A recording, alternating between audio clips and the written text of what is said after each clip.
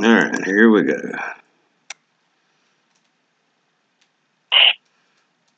Alright, everybody. Like I said, I've got Wayne Burton here. I don't ask this much, if any at all, but, you know, if you like this type of videos, hit the like button. If not, hit the thumbs down. Either way, please leave a comment. All this helps the channel grow. All comments are welcome, unless cussing or just being ugly. My mods and I have worked hard to keep this channel a good environment to share and to learn. If you disagree with someone or me, a friendly debate is always welcome, but fighting isn't. Thanks and God bless. Please like, share, subscribe, and comment if you want more of this content. So I've got Wayne Burton on the phone with me from Dallas and Wayne, Bigfoot hunters. So Wayne, tell us about yourself, buddy. My name is Wayne Burton, and I'm a Bigfoot hunter. Made quite a few documentaries and movies about Bigfoot. Me and my buddy Dallas, and I guess most people know he passed away 2 years, December the 9th. I haven't been out in the woods for a couple of years. I've got Bigfoot activity behind my house. They've been doing bird sounds and stuff like that. And I had one about, probably a month and a half or so, come outside my bedroom window and done some screaming and growling about 4 o'clock in the morning. So how long have you been boogering, Bigfooting? Oh, we've been doing this. Dallas, we started out in 1998. 1998. So you've been doing this for a while then, right? Off and on, yeah. Yeah. Had a lot of people coming from out of town. Made a lot of friends and had a lot of fun out in the woods, camping out and sitting around the campfire and talking about Bigfoot and whatever else. And had a lot of fun, a lot of hairy calls, you know. I mean, things, encounters with Bigfoot that some people have and some people don't, you know. Right. Yeah, that's one of my favorite things to do, is to sit around, you know, a campfire and talk about boogering. Like I was telling you earlier, we had a camp out here, and then I've been on a few back and forth, and it's just good to sit down with like-minded people and to, you know, to learn from each other and tell experiences and all that. But you've been in, like you said, you've been in some documentaries. I think one of them was it Shooting Bigfoot? You and Dallas was in? 2008, we had done a documentary from people who come from London, England, come over here, and they interviewed me and Dallas, and we went out to Wayne National Forest and to our homes, and they were filmed and everything, and they asked all kind of questions. And on the Shooting Bigfoot, we had started out in daytime. We had Bigfoot calling, and I was doing my hauling and everything, and Bigfoot's screaming back to us and carrying on. And eventually it got dark, you know. It was later in the evening, but it was daylight. Then, like probably an hour later, it got dark on us, and had Bigfoot's doing all kinds of crazy sounds and whatever. And the people from England, they got it on film, you know. Or not on film. I mean, they got the sounds, you know, hauling at us and everything. Yeah. It sounded pretty good. I mean, there was like 5 or 6 of them. They was doing weird sounds and everything, you know. Yeah, you've got one of the best Bigfoot calls I've ever heard. I've tried to mimic it before. I can't get it down just quite like you can. But man, you've got a set of lungs on you for sure. I got different calls I can do, you know. I do it different ways, and out in the woods, if you ever notice, we're out in the woods and you do Bigfoot calls, you know, late in the evening and getting dark and everything, the sound picks up better. When you're doing your screams and stuff, right? it sounds a lot better than like in broad daylight. You know what I'm saying? You can tell a difference. The sound better.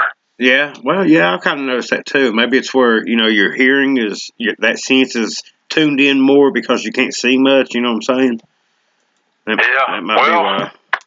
Well, it is. It's when it's dark, and then when it starts getting dark, it's like the woods is quieter or something. I can't really explain that, but it's your sound.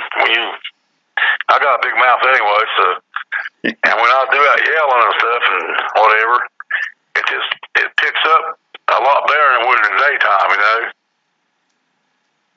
Yeah. Yeah, I know what you mean. Okay, so besides shooting Bigfoot, what else have you been in? Well, we've done shooting Bigfoot. We've done Bigfoot Lives, and then done the first thing we ever done is with Jay Delaney. It was just like I'll call it like a spaghetti movie, you know, whatever. Probably about 45 minutes long or something like that. And I've never even heard of that. Bigfoot Lives. That's a new one on me. I'll have to check that out. That one was Tom Biscardi. We was in with him. Oh Lord. That's the first one we done with him. Yeah. But anyway, we done one with Jay Delaney first before we ever done our main movie, not the typical Bigfoot movie. That was our main one, the best one. But what was it called? What was it called? Not a typical Bigfoot movie? Not your typical Bigfoot movie. That's our main one. That's the best one, you know. I know a lot of people like it, you know. Yeah, I'm gonna leave some of these links in the description. I don't know if I've ever seen that one either.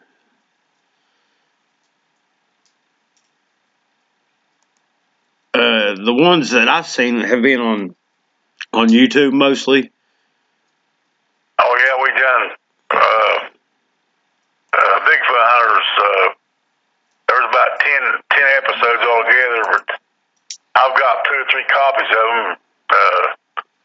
A friend of ours that we did this with, he never did give us all of our copies. He's supposed to give Dallas and me a copy of each one, and I got about 3 copies of different ones. That's all I ever got.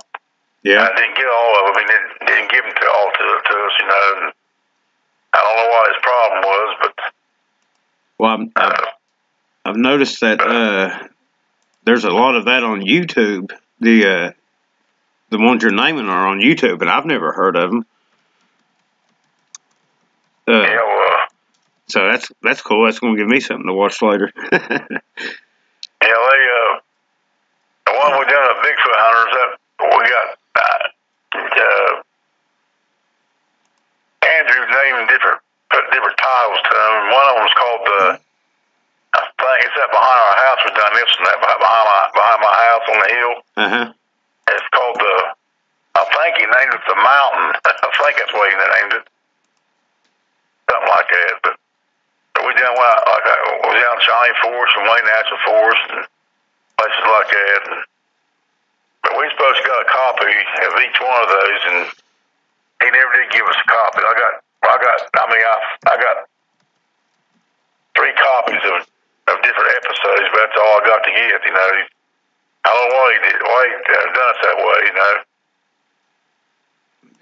It's hard to say. I mean, I like Andrew. He's a good person. I mean, he really helped Dallas and me, you know. I mean, he helped us a lot, and so did Jay. And but Jay's the one that got us really started. You know what I'm saying? Jay Delaney. I mean, he's a good guy. You know, he spent a lot of money on that movie to get it produced. Not your typical Bigfoot movie. It cost him like $25,000 to produce it. Oh wow! And I just talked to him on the phone about a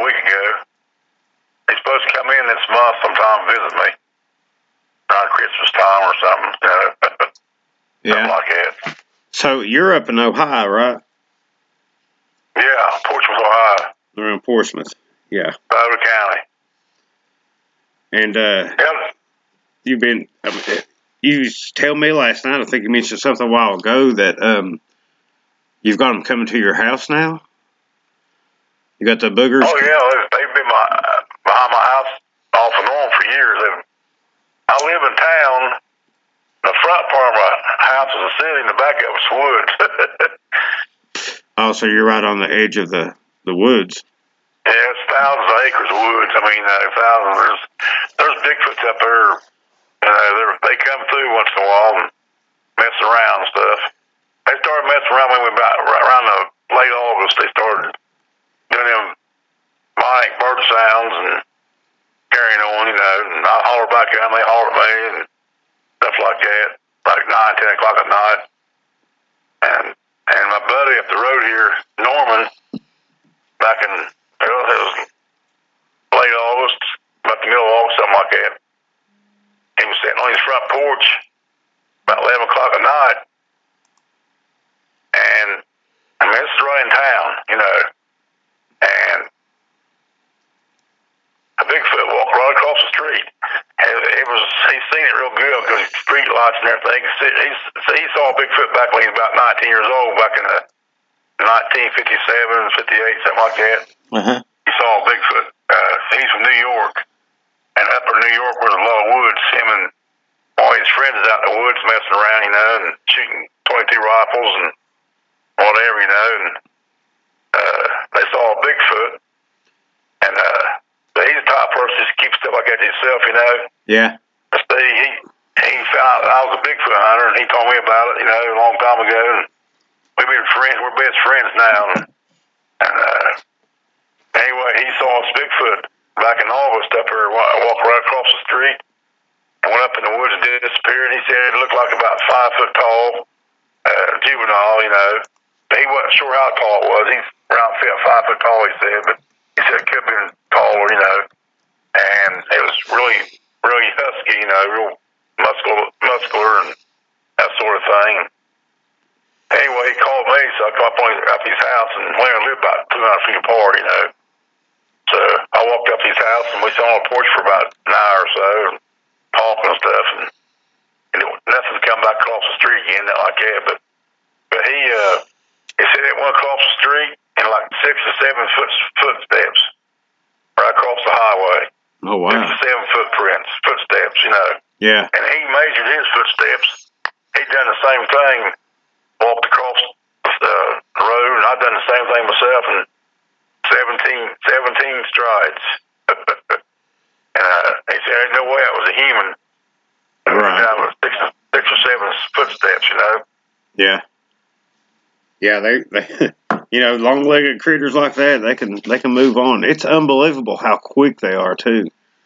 Oh, they can clear a football field. That's what, 300 feet. They can clear it 300 feet in just probably 7 or 8 steps, something like that. It's going to how tall they are too. The taller, the more they can make a stride, If they're 8, 9, 10 feet tall, they can go across the football field 300 feet in faster than you can blink your eye, Oh yeah, no doubt. They're quick. Yeah, the ones I've seen. Yeah, and quiet too. It's amazing how quick and how quiet they can be, unless they want you to know that they're there. Well, they're very sneaky. Yeah, the one I seen cross the trail in front of me was like a blur. It was so fast. It was like a bottle rocket taking off. And today I seen one. What I think is one. Like I said, I went up there and I checked. There's, no 4-wheelers. I was outside, never did hear a 4-wheeler. And this was on my property where nobody should be at. It's in a, remote place. And with all the rain and stuff, there's enough mud that there should have been 4-wheeler tracks. But, yeah, it was fast. I mean, it took I think 3 or 4 steps and it was gone over the ridge top. But, someone's asking, how far do you think they travel? Well, first of all, do you think they have family groups like clans? Oh yeah, they've got family. There might be 5 or 6 females, maybe 2 babies, you know. Sometimes there's a couple males, sometimes it's just one, but the one male is dominant over the other one. Do you think they have a territory? It'd be a younger male, and they eventually the older male, you know, the more dominant, more powerful, whatever, they run the other one off. And what's called a rogue male, it's out looking for a female to start its own family. Right. See, that's what I think also. So do you think the family group, do you think that they have like a range, like an area that they stay in, like permanently? You know what I'm saying? You know how like say a mountain lion has a territory that it stays in, and it could be like 25 square miles or something like that. Or do you think that they migrate? Bigfoots, they're territorial just like a bear or a mountain lion or even humans, you know. Right. But have you ever heard of Linda Weigel? No, can't say that I have. She's a good friend of ours from up in Stockton, Ohio. Uh-huh. Stockton County. And she's a Bigfoot researcher and stuff. And she came down here several times and done stuff with Dallas and me and her friends, and we all become real good friends. And she was telling me one time that she's very avid about things she does. She's secretive too. She keeps a lot of stuff to herself. You know what I'm saying? She's got, like Dallas said, she's got stuff, man, that people don't know about. She's supposed to be writing a book. I don't know if she started on or not, but both started writing a book about Bigfoot. And she's got pictures of Bigfoot, but she just ain't telling nobody or showing nobody. You know what I'm saying? And stuff like that. And but she said that Bigfoots have a territory of anywhere from 30, 40, 50 miles. Right. Okay. They hunt. Okay, so they live back. They're secluded back in the woods where ain't too many humans can go. Mm-hmm. Stuff like that. They're very secluded, and they live in underground caverns and caves, and they build huts and things. You know what I'm talking about? Out of branches and bent over trees and things like that. But anyway, they might live here, you know, in a certain area. And look, for example, like my house. There's Bigfoots that come through here every so often. And they're still here now, I'd say, probably. I ain't heard none lately, but I ain't been listening for them, really. But anyway, they might be here, and then they might go out 20 miles or more from where they're actually living and hunting deer and stuff. Wherever the deer's at, that's where they go. Right. And there's a lot of deer behind my house. I mean, there's a lot of deer back here. Right. But see, I think like that too. I think that they, you know, if they was to stay in one area, all right, my farm, for instance, is 200 acres. If they stayed in that 200 acres more than 2 or 3 days, then all the game's going to be scared off. You know what I'm saying? They're going to eat up everything there, and but I think they might stay somewhere a couple of days, then move on, and I think they've got a big territory that they move around on. They migrate. Well, I don't know if it's really migration. I think they stay in a certain territory. And, I mean, this is just, you know, my opinion. I've heard other people talk about this, too. But if they was to stay in one area, they would, you know, eat up all the resources. All the food would be gone. You know, they would be discovered by people if they stayed put in one area. But I'm like you was talking about, they might have like a 25-mile radius or something that they, you know, that they control as their clan. You know, they'll keep their territory, and they'll move around on clans of Bigfoots, just like the Indians had different tribes and clans and everything. Right. But like you're saying there, you're right. But the Bigfoots, they got certain territory they stay in, but they move on. They do migrate, and they might go somewhere where there's more food. You know, because like you're saying, there's a lot of deer behind my house. There's a lot of deer in Ohio anyway, and Kentucky and whatever. But follow the food. You know what I'm saying? Where the food's at, that's where they go. Yeah, I mean, that only makes sense. I mean, yeah, they can't just sit around with no food. They have to follow the food. But if they got 200 or 300 acres to live on, I mean, that's a lot of acres, but it's not enough for them to just stay there continuously. You know what I'm saying? Oh, exactly. They'd have every squirrel, every deer would be ate. You know, yeah, all the vegetables, all that would be gone. I mean, they would. You're talking about a critter. I mean, just one of them. What, 800 pounds? A big male, maybe more. You know, they get bigger than that. Yeah, I mean, that would take a lot of food. So yeah, they would have to move around. They would have to. Yeah, they do. And they're all muscle, see, because they eat a lot of protein like deer. They're all muscle, you know what I'm saying? Yeah. And like Lenny was saying once before, the Bigfoots, they got, like I said, they got a lot of territory they cover just to hunt.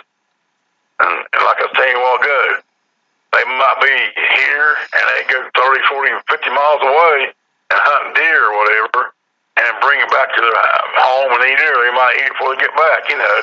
Right. Yeah. Yeah. Yeah, I think they're constantly on the move. They might stay somewhere a few days and then, you know, move on to the next area. Someone's wanting to know what's the scariest encounter you've ever had. Well, I'm not even afraid of Bigfoot. As far as being afraid, I ain't afraid of nothing. Right. I don't scare that easy, you know what I'm saying? Oh, I feel you on that. I mean, I've got a healthy respect for them, but it's like I always say, if they wanted to get me, they could have got me a long time ago. Oh, me too. They could have got Dowsing both. Yeah. Well, and all right, while we're on that subject, there's a story going around, and me and you've talked about this before, but there's a story going around that Dallas was picked up by one and he shot it. You care to talk about that?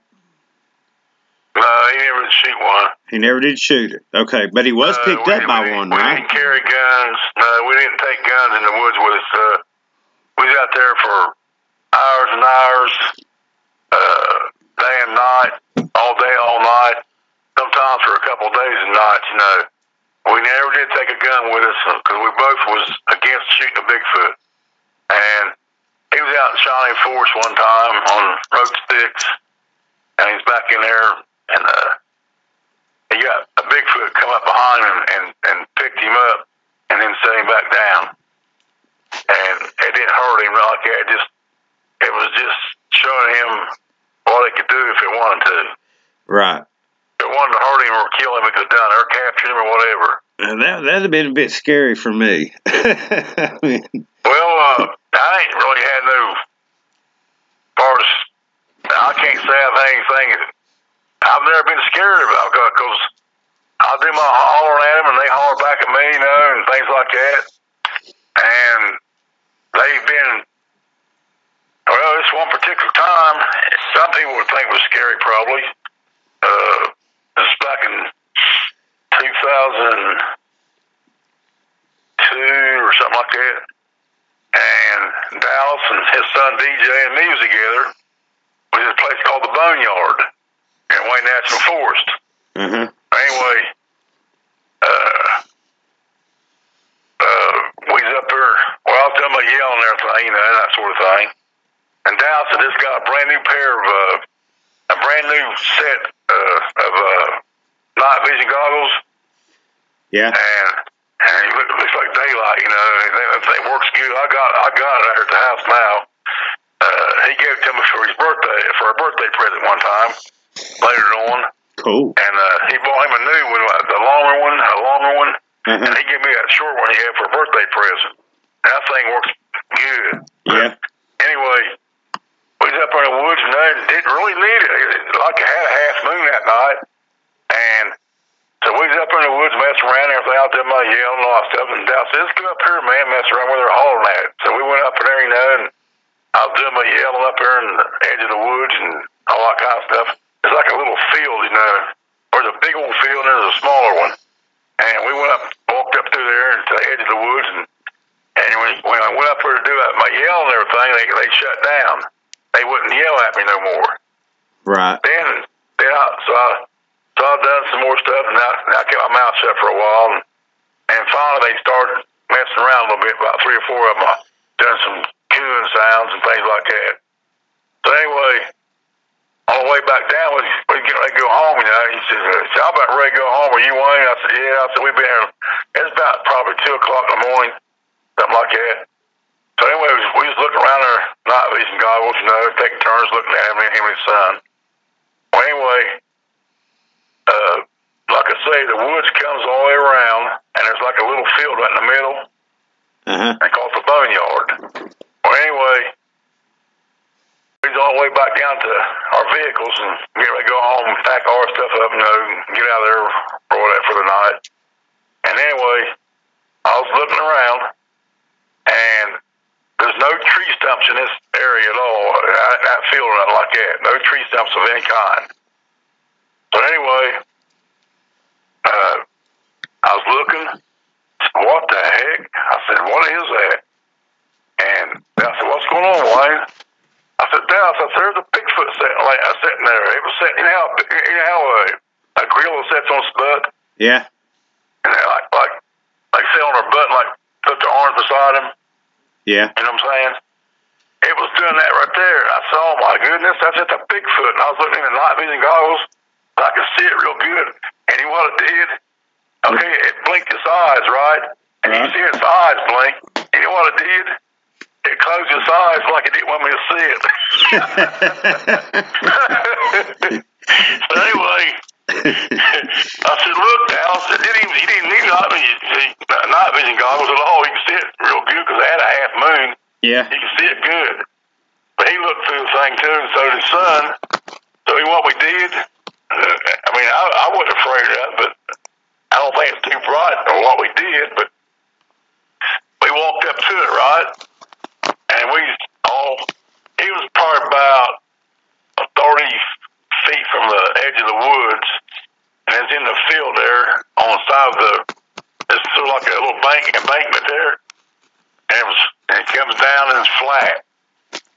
We was sitting there, and we was about almost, best of my knowledge, we was probably about, I'll say about 20 feet from it, something like that.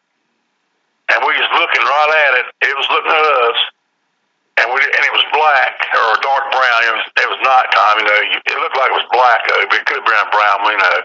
Because they're brown ones too, you know, brown looking ones. And there's the reddish collar ones, you know, like a collar of an orangutan. Yeah.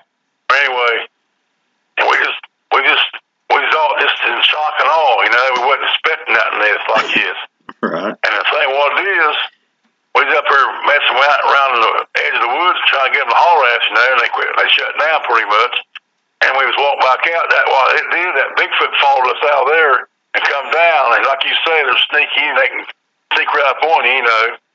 And we didn't even, you know, wasn't expecting this. So we was looking at each other, me and Dallas and his son looked at Bigfoot and he was looking at us. But it didn't make no kind of noises. It didn't stand up and try to hurt us or kill us or nothing like that stuff. But I'm just guessing, my best of my knowledge, it's probably, well, I could tell, I'd say it was probably about 7.5 feet tall if it stood up. If it had stood up, maybe 8 feet the most. I mean, I know they get taller than that, but a younger one. Trying to harm us, and I'll tell you what, if we went towards it any closer and say we'd have tried to harm it or something like that, the other Bigfoots up in the woods would have got us. Yeah. I think it was testing us, you know. I think it was testing us to see if we would try to harm it or whatever. And they noticed. We come here all the time. They know. They even know our names. They've even said our names before. Dallas and my name. Really? And but not like plain language like we're talking. It's like you can understand it, but it's like a broken up syllables. You know what I'm saying? Yeah. The language is. I mean, you can understand if you listen good. Yeah, I've heard that here. Broken language. You know what I'm saying? Yeah, I've heard that here. Or it sound like foreign language or something, but it's English, but it's a weird sound, like a gurgling type sound. But you can understand it if you really listen. You know what I'm saying? Yeah. But anyway, the Bigfoot, that was one of our real close encounters, and the Bigfoot like I say, it didn't try to harm nobody, and we weren't going to try to harm it. And we left, you know, and packed all our stuff up and went home and everything, you know. But that's, I don't know what some people would think about that encounter. They might think that was scary to them, but to me it wasn't scary because I just, I know you know what I'm talking about.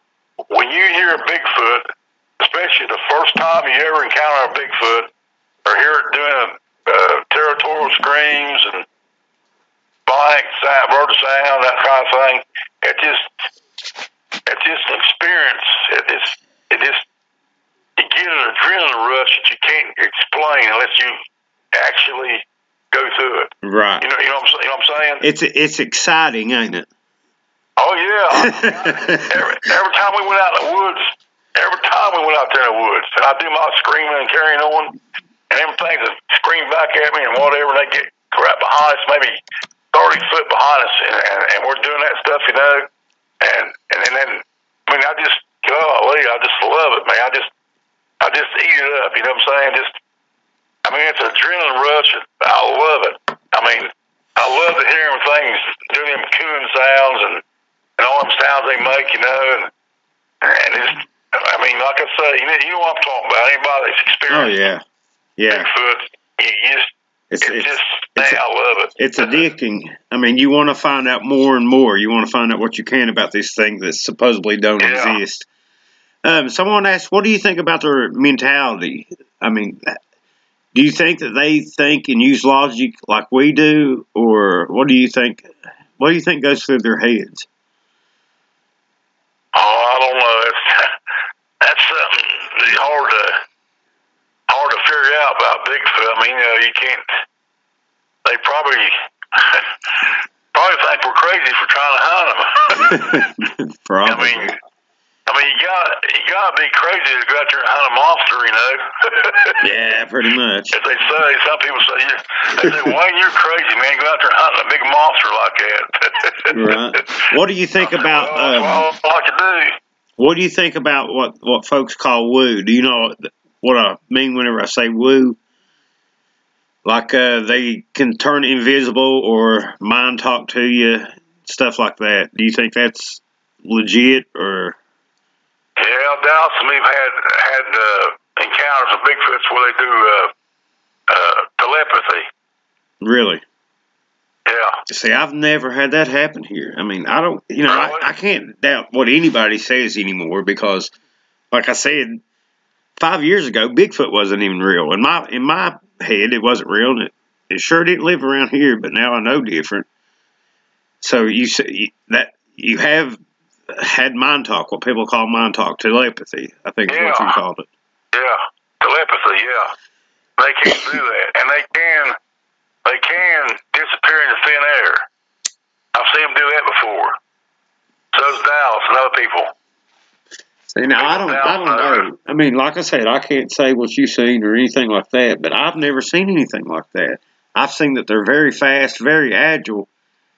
So I don't know. I mean, is there any way that instead of disappearing, it might have got down on the ground real quick where you couldn't see it? You know what I mean? Or did it just kind of fade out? Well, it's like a ghost. You know, just you see it and it's gone. You know. Yeah. I've seen this Bigfoot one time on top of the hill up there in New Boston, above my house, probably about 2 blocks from my corporation living from my house. Anyway, across from Walmart, up past Walmart in New Boston, I was up on the hill one time up there. There's a house that sits on top of the hill there. You can see it from Walmart. And I was up there in the woods messing around, and I had Dallas' binocular camera. You can take pictures with it. You know what I'm talking about? Yeah. It's a binoculars, but it's got a camera in it. Oh, that's pretty cool. Well, anyway, Bigfoot don't know that, you know. Right. At least you hope he don't. Anyway. They might. I seen this Bigfoot, right? And I think I told you about this a while back. But anyway, I seen the Bigfoot, and I went to take a picture of it, and just as I started to snap the picture, it just disappeared in thin air. I mean, it was gone. And I was on a cliff. I mean, I was on a cliff. There wasn't no way it could just, like, you know, went over the cliff. You know, it may have killed it. I don't know. But it didn't go over the cliff. It just, I was right there, and it just, to me, it looked like it went over the cliff, but it didn't. It just disappeared in the thin air, like a ghost. So, I mean, you don't think it jumped over the cliff or anything? No, but well, if it did, I don't. I don't know if they're like, if that was us, it'd kill us. You know what I'm saying? Well, but like I said, I try to keep my mind open about things like that. It's never happened to me. I've never had them mind talk or anything like that, or just disappear like that. I mean, I can say they're very quick, agile. They blend in really, really well with their environment. Yeah, and I don't know. I mean, that's just something I would have to personally see for myself before I would believe it. But then again, that's what had to happen with Bigfoot before I believed that. Well, I didn't believe it was a Bigfoot when I was a young kid. You know, I used to read books about it and stuff like that, but I didn't believe it was a Bigfoot. I was open-minded. You have to be open-minded about things like that. Oh, indeed. But I didn't really think there was a Bigfoot. And then 1978, I run across one over in Kentucky. Oh, yeah? Green County, Kentucky. Well, that's right next door to me. Yep, on Beauty Ridge. Yep, I know some people that do some boogering up there. I used to live on Beauty Ridge with my aunt and uncle. They had 700 acres, 800 acres. There's a place called the Brown Caves, and it's way back in the woods, and big old rock houses and cliffs and caves, and it goes for miles. Now there's houses back in that area, and you ain't not back there now. But anyway, that's my first encounter. Yeah. 1978. It was around, I don't know, like, it was warm. It was, I'm not for sure. I think it was around April or something like that. Maybe May. Was you looking for Bigfoot then, or? No, I was just back here. I was just hiking. Yeah. I was just back here goofing off, you know, like I always did for years and years off and on. Right. But I'm gonna tell you. I'll tell you something about mind melt telepathy here in a minute if you want me to. Yeah, go for it. The house and me was out in Wayne National Forest for a place we named our camps like Camp 1 and Camp 2 and Boneyard, that sort of thing. Right. Mysterious Valley, you know, different names we named stuff. Yeah. Anyway, it's like around October. It was 2002, 2003 in that area. I got a lot of stuff wrote down. I should have had it right here in front of me that way I could look the dates up and stuff, but I got it in a closet somewhere put up. But it's got all kinds of dates and stuff that different encounters that we had and stuff. I got the dates wrote down and everything. And but anyway, we was doing our Bigfoot stuff, you know, and we was in this little creek called Pine Creek. Mm-hmm. It goes for miles and miles. Anyway, Lake Vesuvius is like probably 3 or 4 miles from where we was at. Ever heard of Lake Vesuvius? No, I don't think I have. It's in Ohio, Lawrence County. Anyway, I was doing my yell and stuff, and then there's a big old lake back there behind it, across the creek, about probably a mile or so back in there, mile and a half, something like that. And a big old lake. I mean, it's pretty good size. Well, anyway, I was doing my yell and everything, you know, and Bigfoot's back there. They was raising Cain with us, you know, and stuff like that. And the owls, they started carrying on. You know how they do that sound they make? Yeah. The owls. Yeah. And you say, some people think that's a Bigfoot, but it's not. It's an owl doing that. You know what I'm talking about? The caterwauling. It's a Bigfoot, but it's not. The caterwauling? Yeah, you know how they do? They go, yeah. You know what I'm talking about? Yeah, caterwauling. Yeah, people think it's a Bigfoot, but it's not. Right. But then the Bigfoot start up after they do that too sometimes. Yep. So they blend in together. Sometimes you get mixed up, you know. Yeah. You know, for the Bigfoot, for the owl. Yeah, they do that around here. What happened to us? We was back here, you know. We've been back here for a couple hours after at the Camp 1. Well, anyway,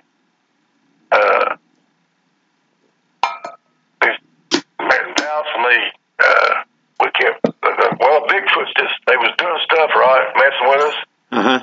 And then it's all of a sudden, it just got so quiet, you could hear a pin drop 10 miles away, you know. And it just got real quiet.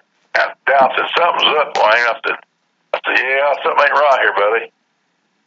So anyway, I was doing some more yelling and everything. They wouldn't do no more yelling or anything. So anyway, Dow to me, I can't explain this to no one, but Dow to me, we looked at each other and said, let's get the hell out of here. I said, yeah, let's go. The Bigfoots, then the Bigfoot, at least one Bigfoot, I ain't saying 3 or 4 of them did it, but at least one was doing telepathy with us, and it was danger, you know what I'm saying? Yeah. So we packed up and we was leaving. Well, I was driving my van at the time. Well. So both of you all heard this? Huh? Both of you all heard it, like in your head or whatever? Yeah, we looked at each other. We looked at each other and looked right at each other and said, let's get the hell out of here. I said, that's right, let's go. So we got out of there, right? I mean, did you get like a creepy feeling? We got probably, Did you get like a creepy feeling or something? Yeah, it got real, it's just, got real, I don't scare you. It didn't scare me, it just gave me a creepy feeling. Right. It's like, you know, intuition, you know, that sort of thing. Yeah. And so we said, yeah, let's get out of here. And I can't explain that to you. I mean, I can't explain it to no one, but I know what happened, you know. But so anyway, we got in my van after we packed our stuff. We got the heck out of there. I said it's probably about a half mile or so down the road, down the gravel road.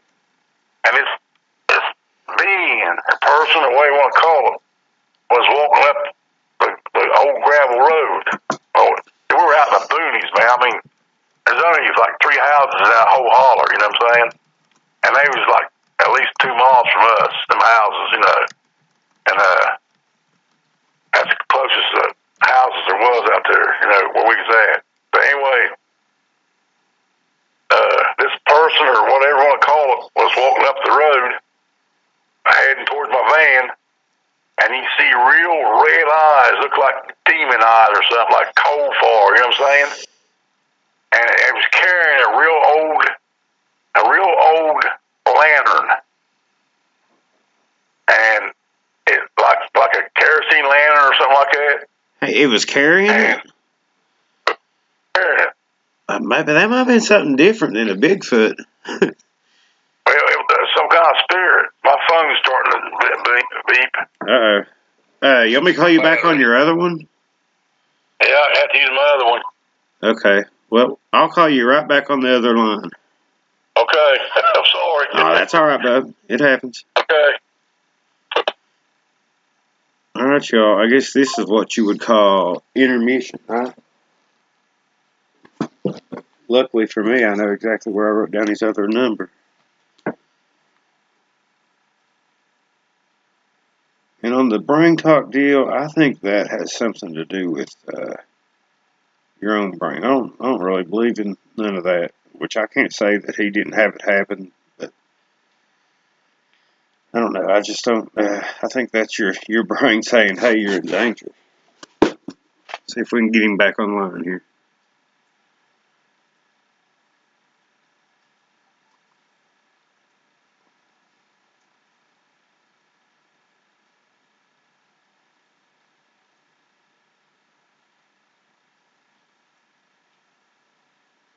Hello?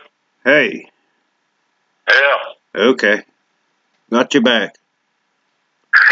Sorry about that. Oh, it happens, man. I've got a house phone too, and that's like I said, I just bought a new one not too long ago because my battery would drain so fast on it. But I want to get a bag for it. Yeah.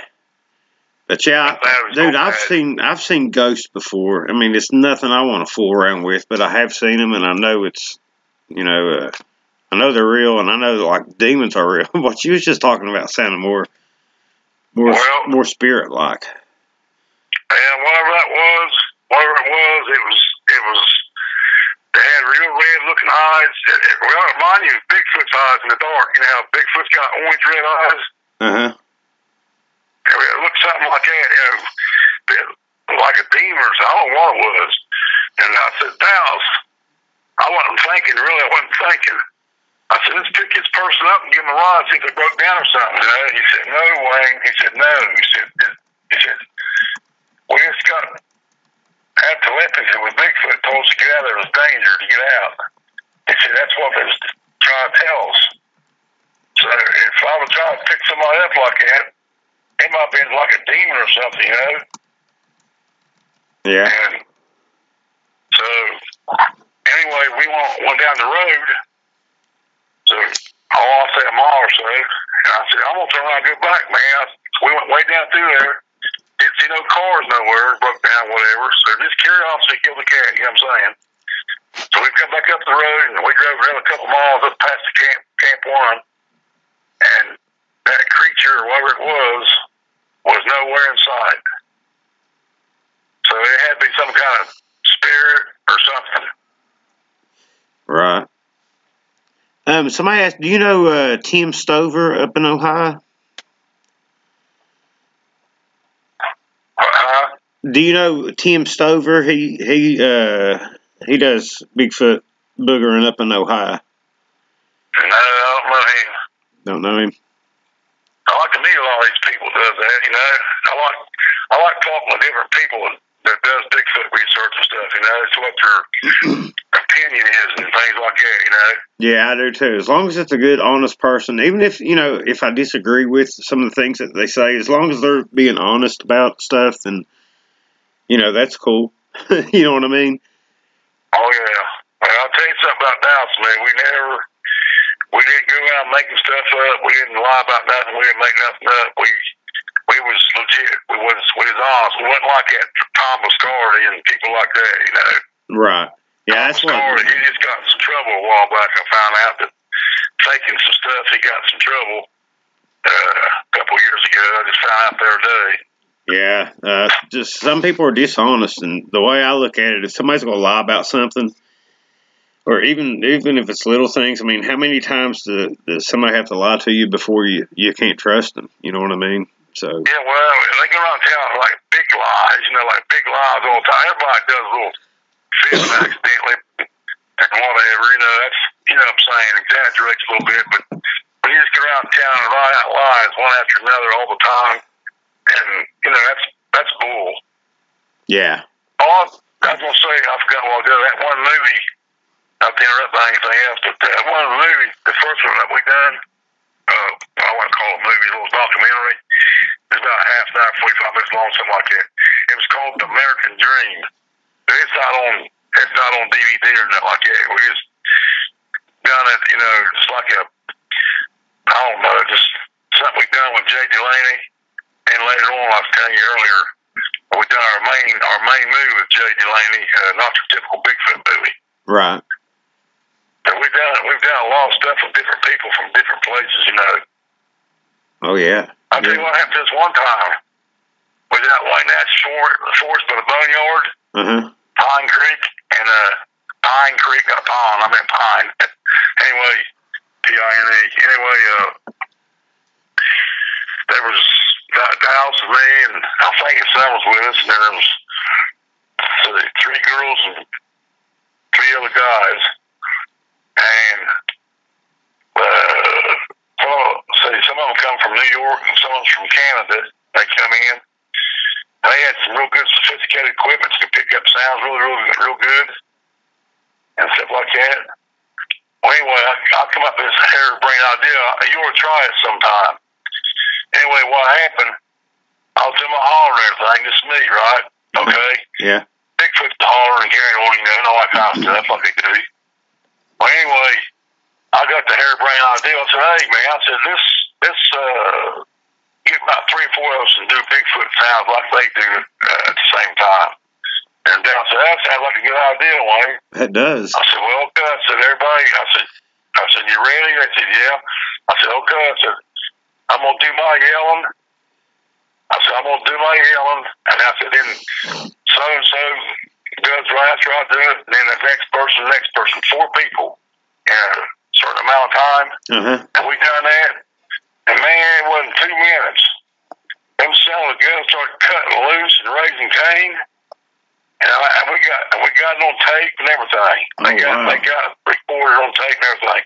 And also, there was coyotes. They started carrying on. Yeah. Well, this coyote, man. See, Bigfoot and coyotes, they hunt together. You know what I'm saying?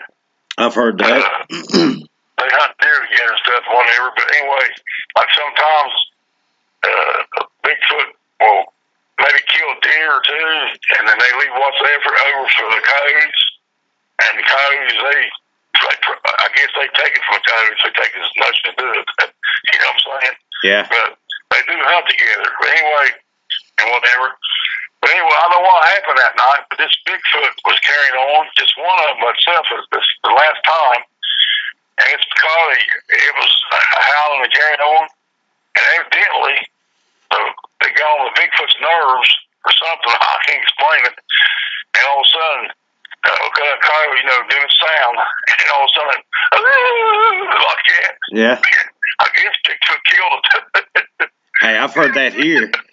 I've heard a booger do a holler just to get. It sounds like they're getting the coyote stirred up, and then you can hear different hollers in there. That's not coyotes, and then you hear one of the coyotes get caught, like you was talking about. Yeah, I've heard that. They mix. Yeah. Yeah, I think it's a love-hate relationship with coyotes. I think. Yeah. You know what I mean? So what do you think Bigfoot is? They're humanoid. You think they're human?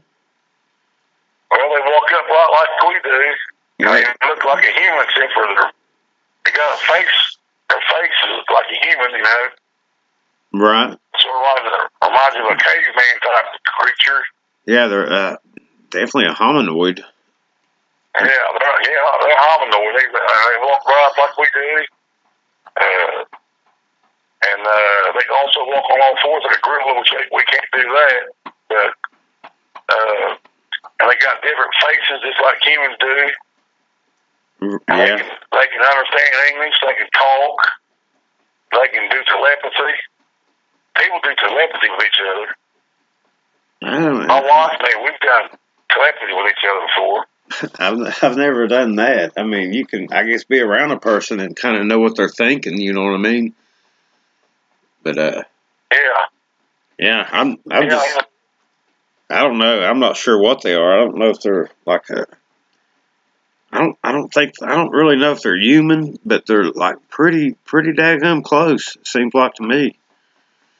And there's been some DNA studies. I don't know if you've ever heard of Melba Ketchum that did some DNA studies, and it came back with the the mother side of the DNA was human, and the father side was like unknown hominid. And then there's another feller that down in Peru, they got the elongated skulls and stuff, and they did DNA on it, and it came back with the same results. So, I don't know, it's makes you wonder. I mean, I mean, I'm not saying they're human, I'm just saying they're humanoid, they're not human like we are. But, right, yeah, I got you. They walked up right. I got you. They're not what, I guess we would be classified as Homo sapiens. They're not that, but there's something pretty close to it. Maybe just a giant ape, Well, they're awful intelligent to be an ape, and that's like, I mean, they've got a sense of humor. Have you ever heard one laugh? Yeah. You have?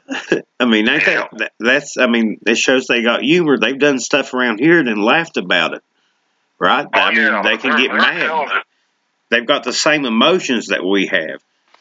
I think. Chimpanzees just. Right. chimpanzees laugh and stuff. You know? Yeah. But I think that they've got kind of like a childish mindset, like a human, but like a childish mindset. Like they get triggered awful easy. You know what I mean? They can be angered easy. They can be like if you try to trick them, maybe put up a game camera somewhere. They can, you know, they don't like that, and they just get awful disappointed in you whenever you try to trick them. It's like you hurt their feelings or something. Yeah, they just put up with people. You know, they don't really like humans. You know, I mean, not really. They just put up with us. Right. They tolerate us. You know, they got patience. You know.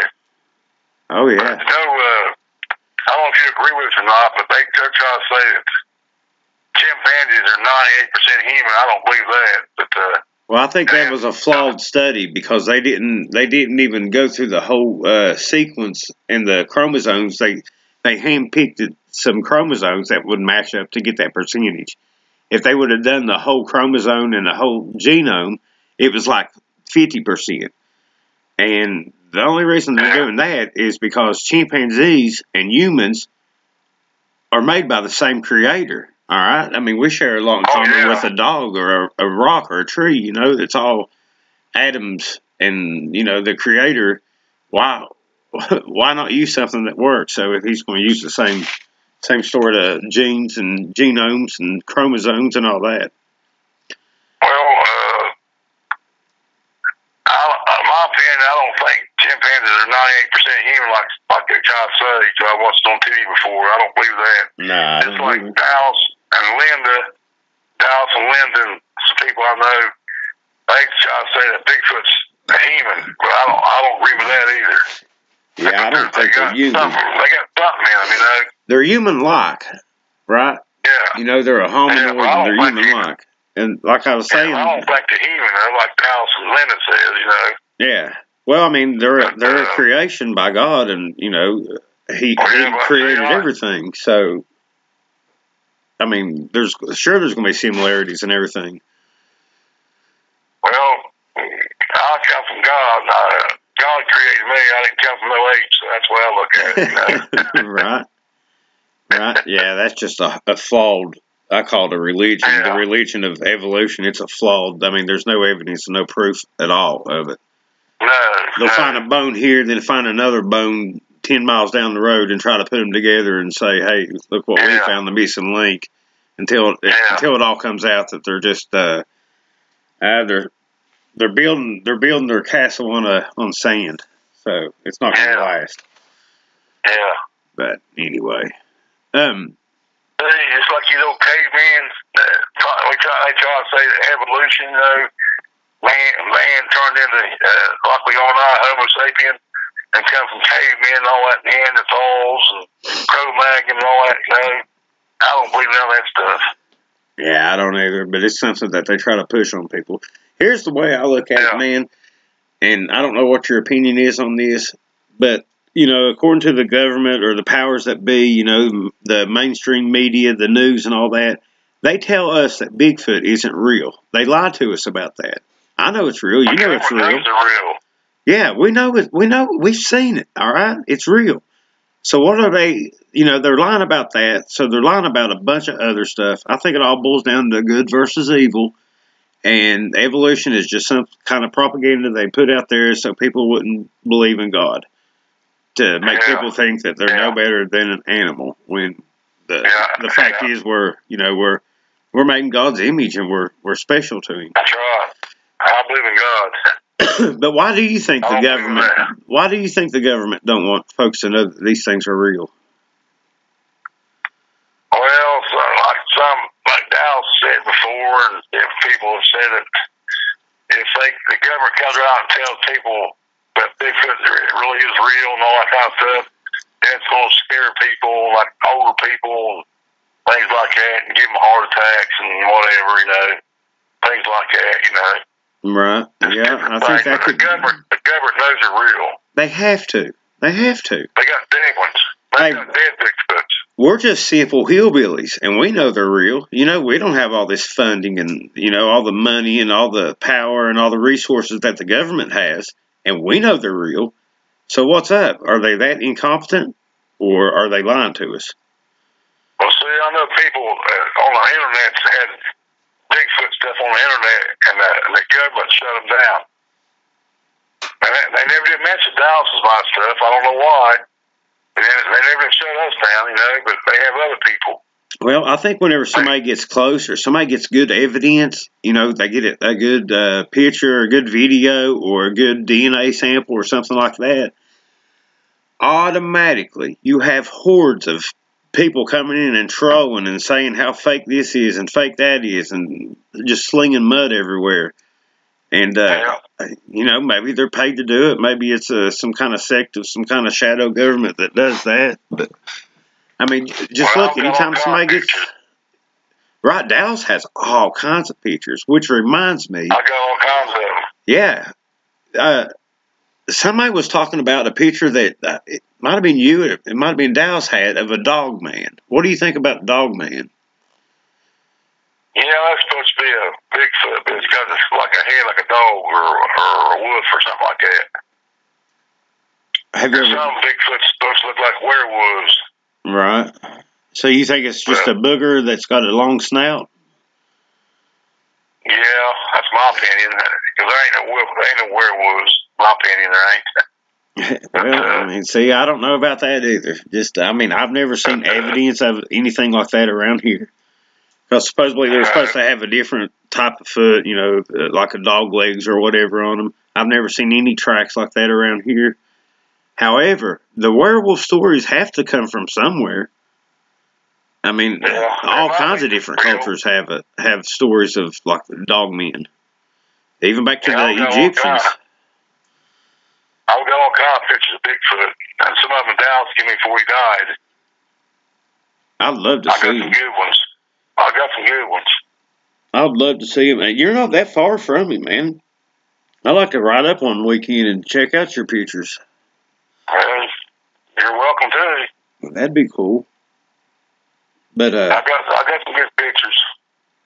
Yeah, I'd like to see him. I'll let a person see him and let him judge for themselves, you know. Exactly. Well, I mean, that's what I try to do. I've got some videos that I think there's probably Bigfoot in, a couple of them that I know it's got Bigfoot in them, and I just put them out there, and people can judge them for themselves. What'd you say? We got a white Bigfoot on film. A white one?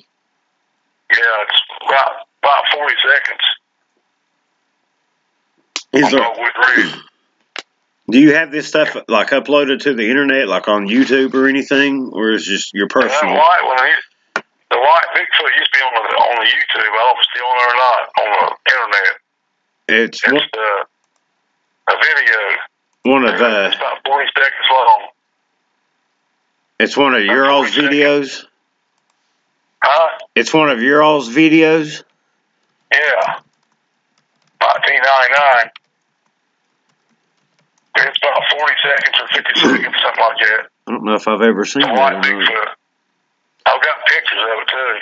Is it Bigfoot in the Boneyard? No, it's down on Dogwood Ridge. Well, that looks interesting. There's a... Off of 140. Route 140. That's up above, out towards Willisburg, Ohio. Right. I'll have to look for it. South Webster. I got it over here somewhere on a VCR tape. I don't know which one it is though. Oh, okay. I think I found it. Let's see what we got here. 2 White Sasquatches by Dallas Gilbert. Is that the one you're talking about? The white one. It says 2 White Sasquatches. It's white with a black face. Okay, I think I found it. You can see it real good.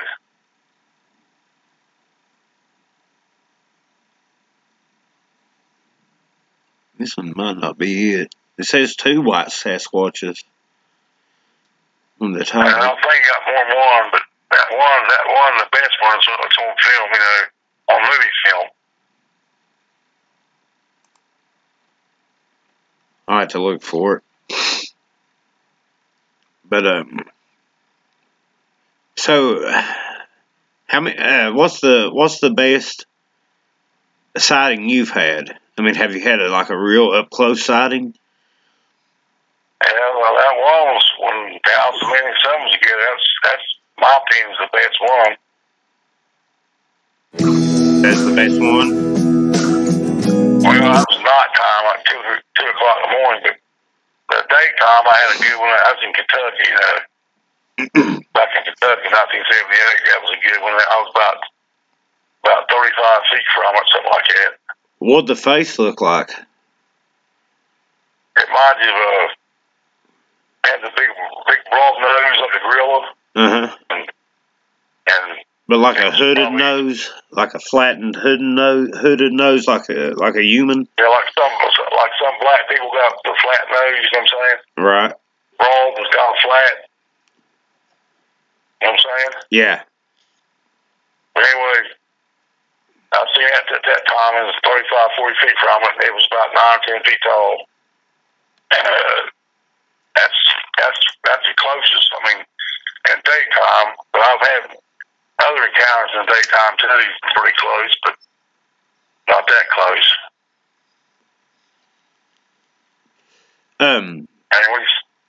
Did it have like chiseled features or sharp features? You know what I mean? It had big old, I don't know, eyes were like, I don't know, like a gray looking color or something. And it reminds me of a gorilla in the face. It looked like a human too, you know what I'm saying? Yeah, did it have like big eyes? You know what I'm saying? Oh, their eyes are about as big as a 50-cent piece. Huge, ain't they? Yeah. Yeah, they got big old eyes, and they got big old nostrils too, big old round nostrils. They breathe real good. They have to have big nostrils to breathe, big as they are, you know. Oh yeah. You know they got a big heart, you know, big as they are. They've got a giant heart, you know. Right. Giant lungs and hearts, you know. Yeah, some of the screams I've heard around here, I mean, the volume of them is just, I mean, that has to come from something with big lungs and big chest. Close those lungs. Yeah, they're, I mean, just loud. I mean, it shakes you. If it's close enough, it feels, I mean, you can feel it. Right. I can scream pretty good. I don't smoke or nothing, so. Yeah. Yeah, you've got a good call. That one that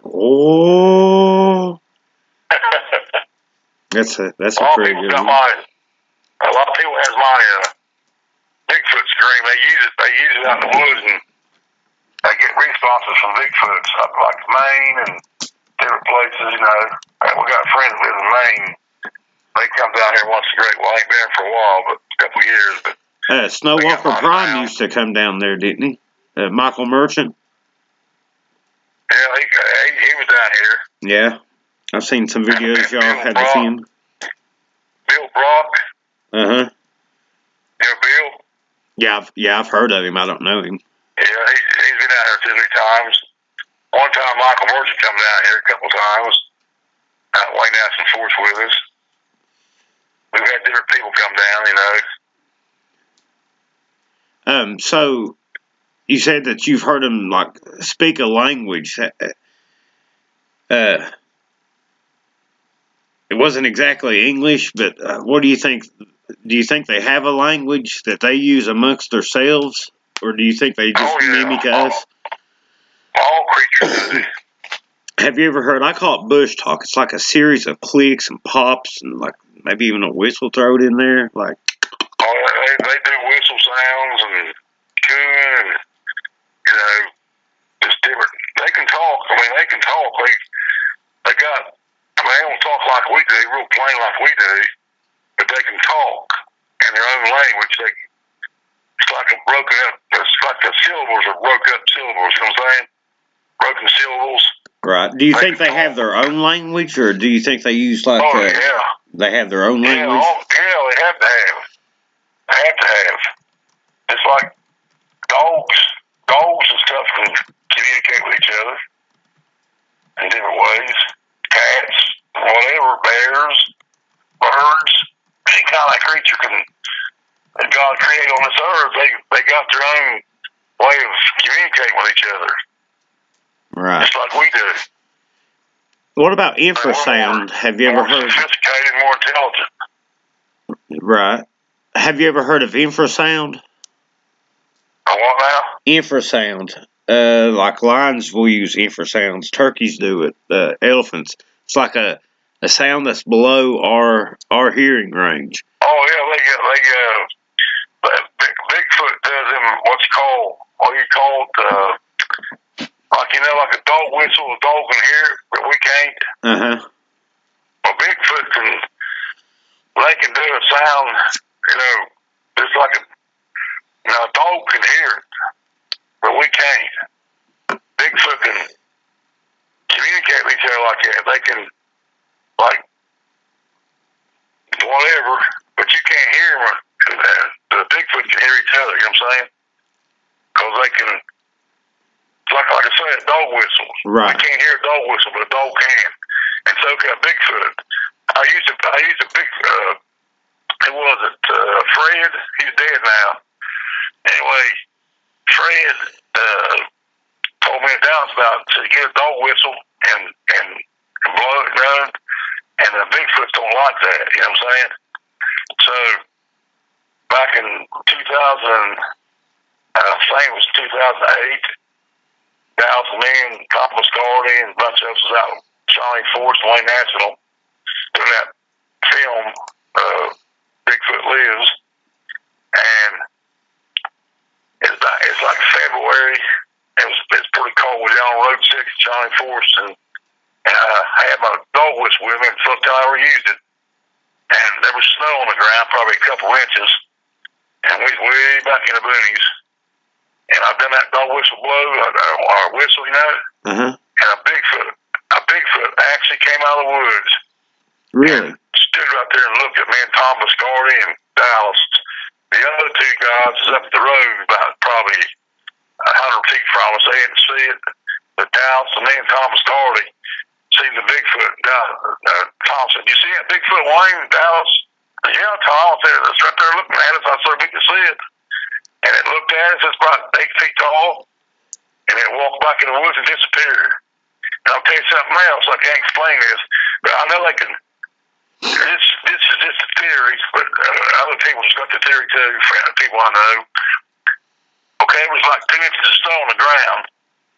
And I walked back through the woods there and see where it went to. There was no footprints nowhere.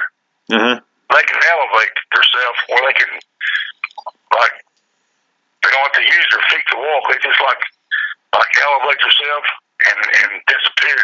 You know what I'm saying? That way they won't leave no tracks. Yeah, I hear you, but I mean, maybe it went up a tree or took something and brushed away its tracks. No, we had real bright lights. I walked back through there, at least a half a mile back through there, looking around. Miss Dallas, me and Tom, looking up the trees and everything else. And no Bigfoots up the trees. Wasn't no leaves on the trees. But it was winter time, February, and it was cold. I mean, cold. And we went way back in there looking around. Wasn't no footprints in the snow. Wasn't nothing in the trees or nothing. Right. I mean, I can't explain that to you, but that's why that happened.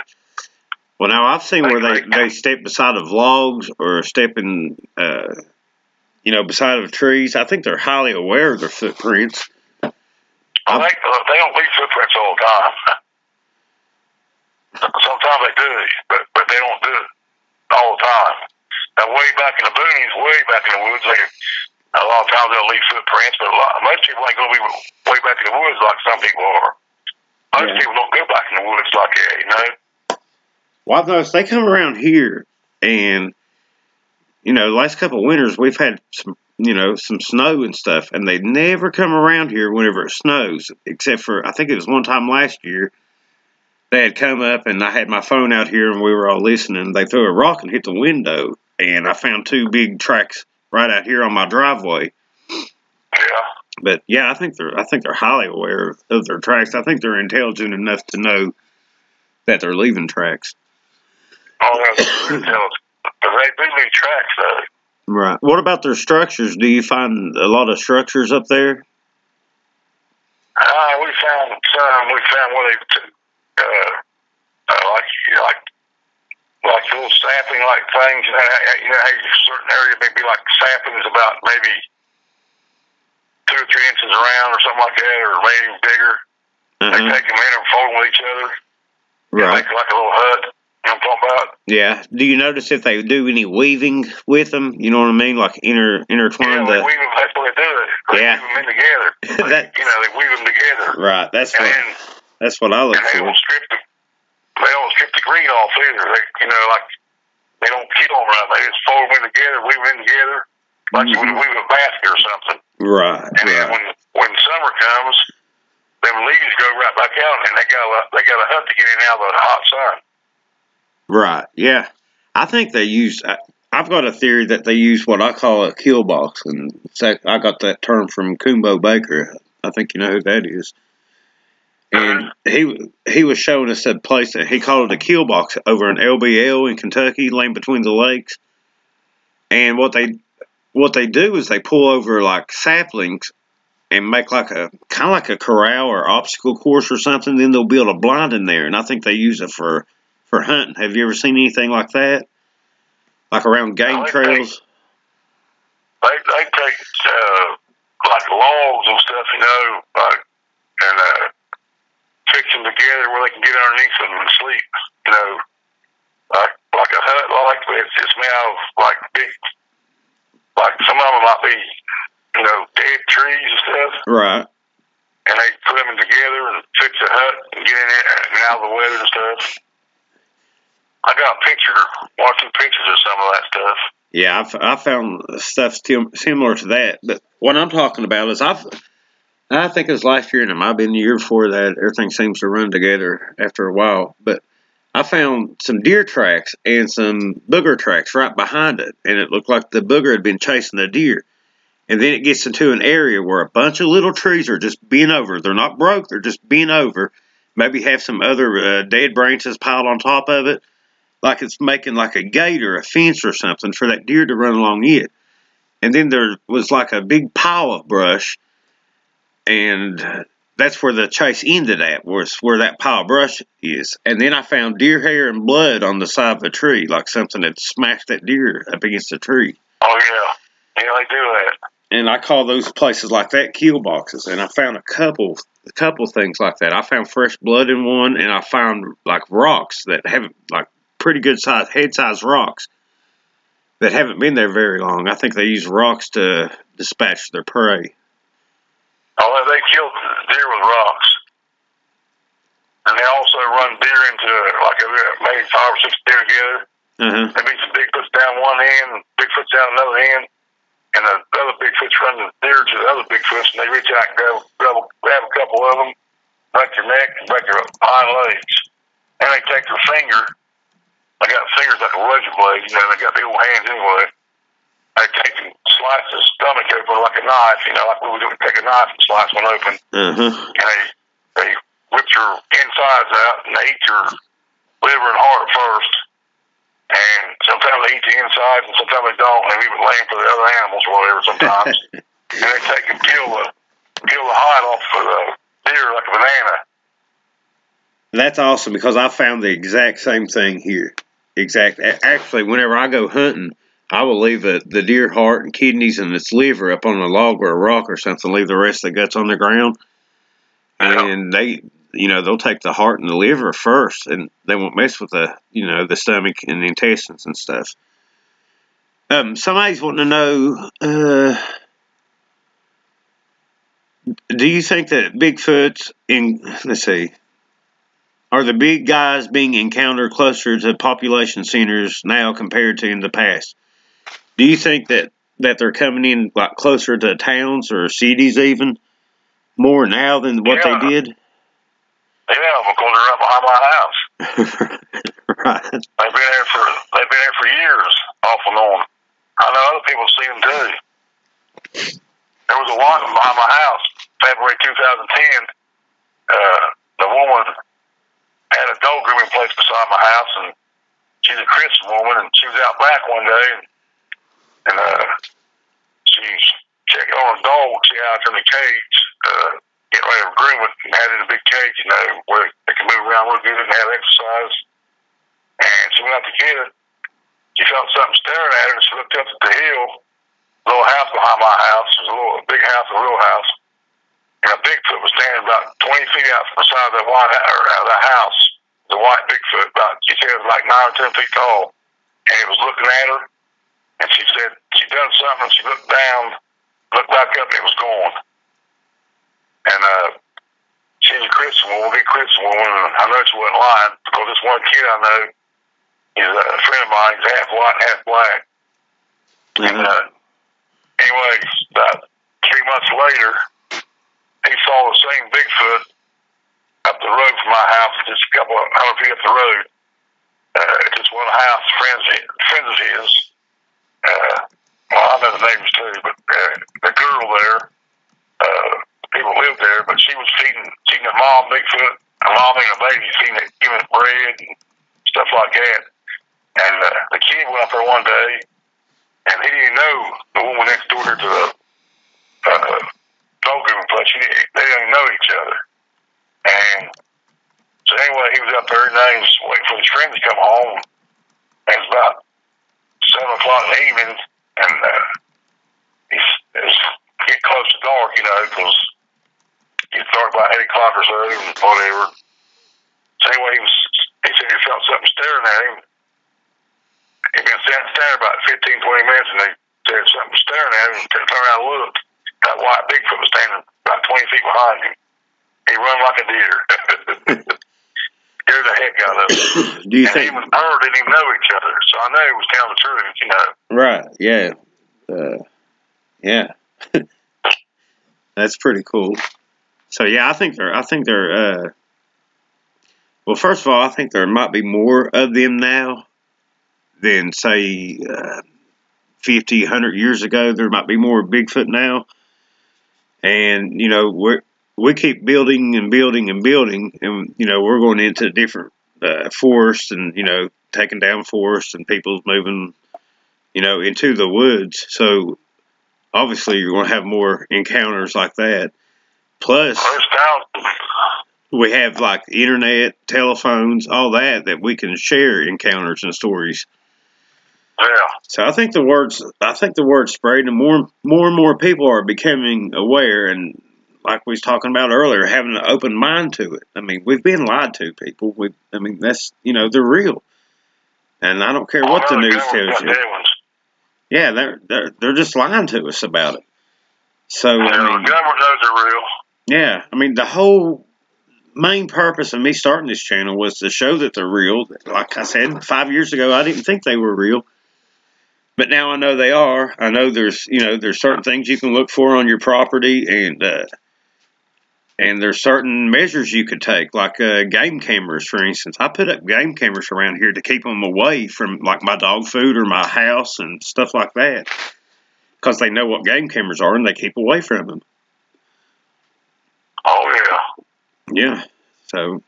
Yeah, the government's got dead Bigfoots. Back when that big volcano hit back in 1980, I'm talking about? Mount St. Helens? Yeah. Well, anyway, the government went in there, military and stuff, and they got a bunch of dead Bigfoots out, brought them out, have them back in the army trucks and stuff, and a friend of ours, Fred, he's dead now. He died from a heart attack a few years ago. But he's an ex-cop and everything. He's a good friend of mine in Dallas, and he's the one that's telling us about it. He was out there when they done this. He worked for the government and stuff, you know, and whatever. And he's ex-military too and stuff. And he was out there when they took the Bigfoots and put them in the back of the trucks. Yeah, Bigfoots. I've heard of that. They found some that were burned up or something. Yeah, that's real. That's true. Some of them was alive. Yeah, I've heard of that. Someone wants to know, do you have like a stray cat and dog problem where you live at, because of, you say there's Bigfoot that come around your house? Have you noticed like the dogs and cats disappearing around there? No, but they do eat cats and dogs. Right. But there's a lot of cats around here. Not like it used to be, but a lot of them gets run over too. Yeah. But sometimes they stick your cat in a trash can too. There ain't no stray dogs around here. Right. Yeah, that's. Everybody gets their dogs either keep them in the house or chained up or whatever, you know. The Bigfoot don't mess with my dogs or nothing. You know, they don't mess with my dogs. Hey, I want to ask you something. What's that, buddy? You know what? You know what a mid-tarsal break is? Yes, sir. That's the Bigfoot's. They're flat-footed. A Bigfoot's flat-footed. They haven't got an arch like humans do. Right, but they got that. The mid-tarsal break is in like the middle of their foot, where they can use it, kind of like our hand does. Yeah. Right. but they're flat-footed there. They haven't got an arch. Now, some people don't have an arch either because the arch falls sometimes. You know what I'm saying? Right. But Bigfoot don't have an arch.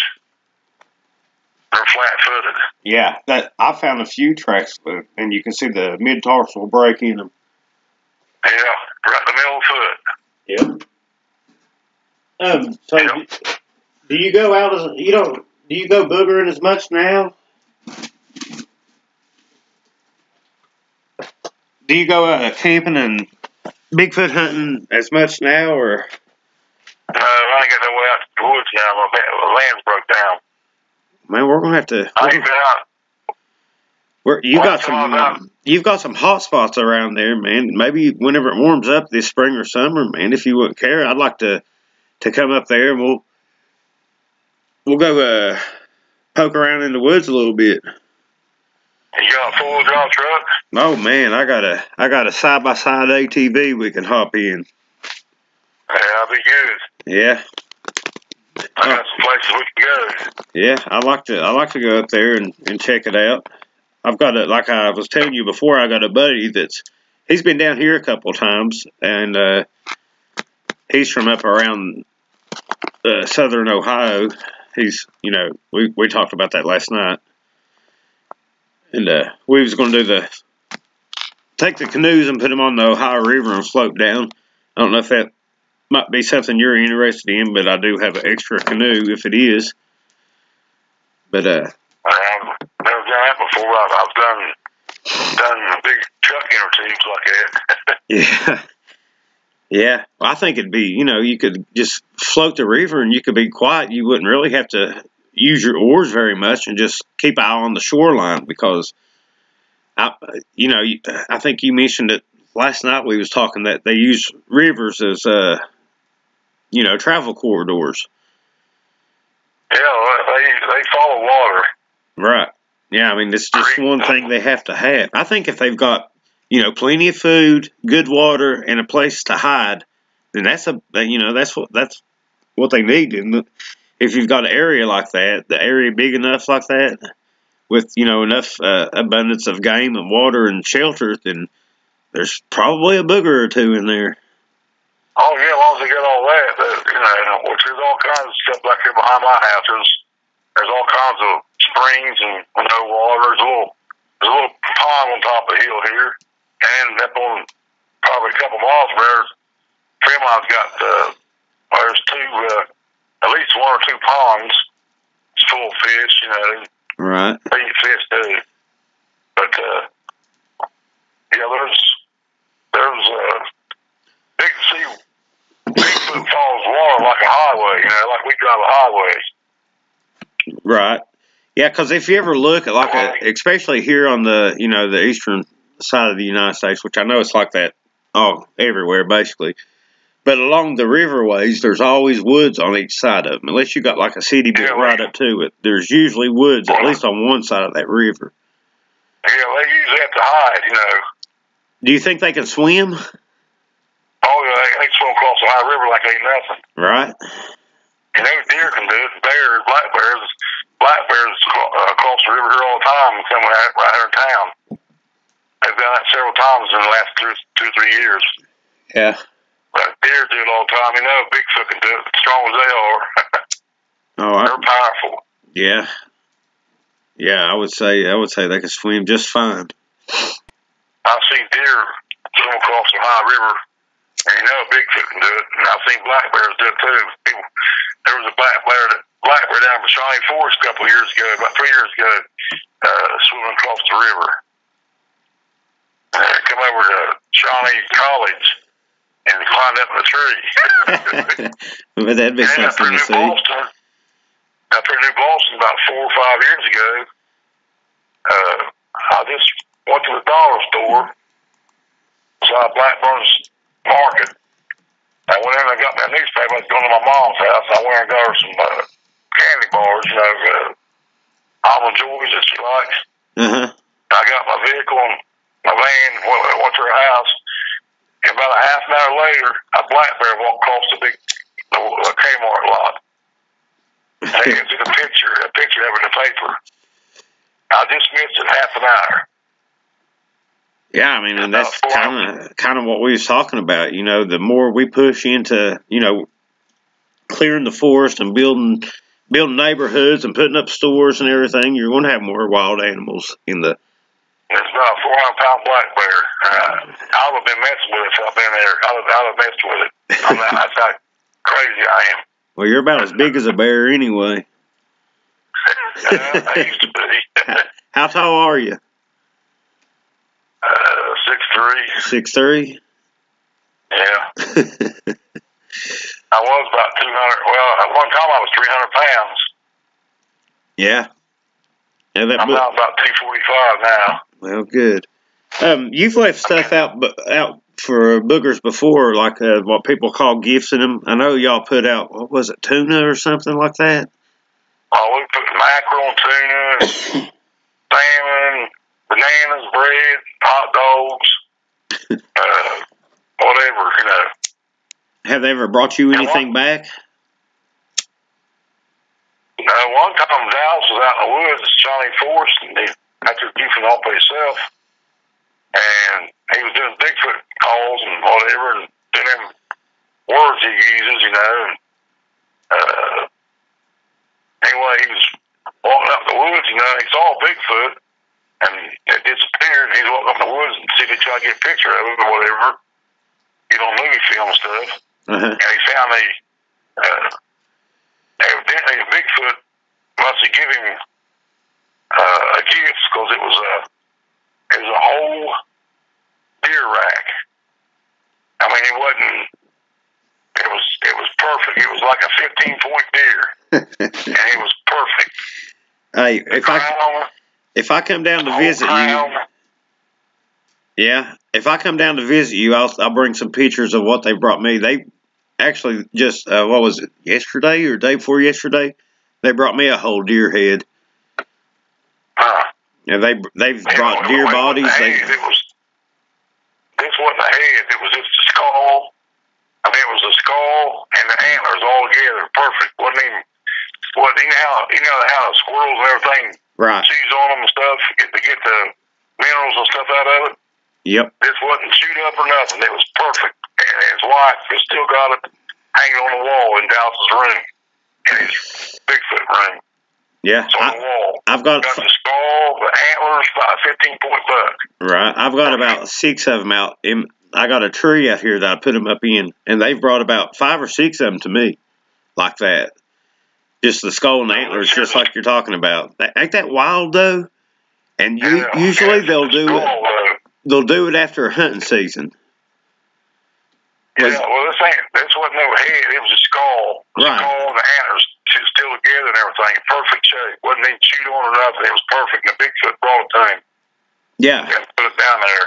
Oh, yeah, I definitely believe that. I mean, like I said, it's happened here a couple times. Guess what happened to me about 3 or 4 weeks ago? What's that?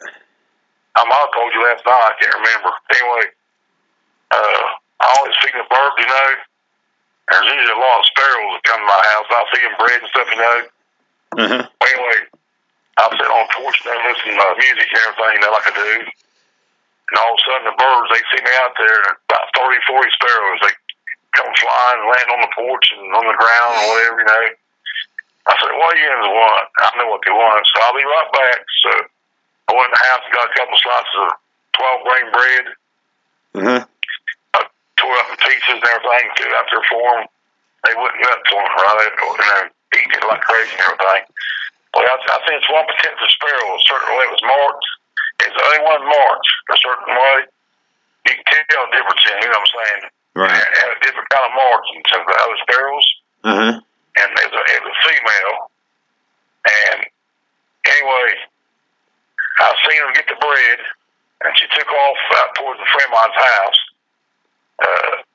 And I say 5 minutes or so, she come back.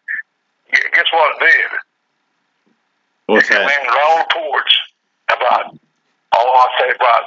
feet from my feet, about 2 feet from I was sitting there. It's a couple feet. And it brought a feather back and landed right there and sat on the porch for me. I swear it did. A sparrow gifted you. Yeah, give me a feather. That's pretty neat. That's never happened to me. That's pretty cool. You tell people that, some people think you're crazy, but hey, it happens, don't it? Oh yeah, I can't explain what it did, but I guess I give it bread. But I fed bread all the time, you know, all of them. And it come right there and come back. I said, "What the heck's that got in its mouth?" It had that feather in its mouth, and first it laid on the ground, you know, and then it picked it back up and flew on the porch there about 2 feet from where I was sitting, you know, and put it right there on the porch and it flew off. That's pretty cool. You know, I think animals have more intelligence than people give them credit for, and I think that animals are smart. Oh yeah, and I think they can tell people's intentions. Like, you know, you're a good dude, and they know that. So, you know, that was his way of saying thanks. Yeah, the female sparrow. That's pretty cool. I love birds, man. I love birds, man. I can't stand when a cat kills one. Yeah. It's thunder and lightning here. We're supposed to get some here too. Yeah, luckily it's held off for this. But well, anything else you want to add there, Wayne? Or if anybody's got any questions? I was trying to think of something. I got so much stuff I can talk about. Yeah, well, I mean, we could always do this again if you're up for it. Like I said, man, I would love to come up there and meet you and check out your pictures and stuff, and then. Well, you're welcome to come down today. Yeah, we'll go poking around in the woods and see if we can find us a Bigfoot. And you was talking last night, and this is did you ever find out what type of camera that was that you need the battery for? Wayne's got an older camera that uses the film. 2 movie cameras. Yeah. Movie cameras. And I think that those would be great. Yeah, I gotta look the numbers up on them. Yeah, get back with me on them. We'll see if we can find the batteries that you need for them or whatever. Because, you get like the Patterson-Gilman footage or the Freeman footage, and those were taken on film.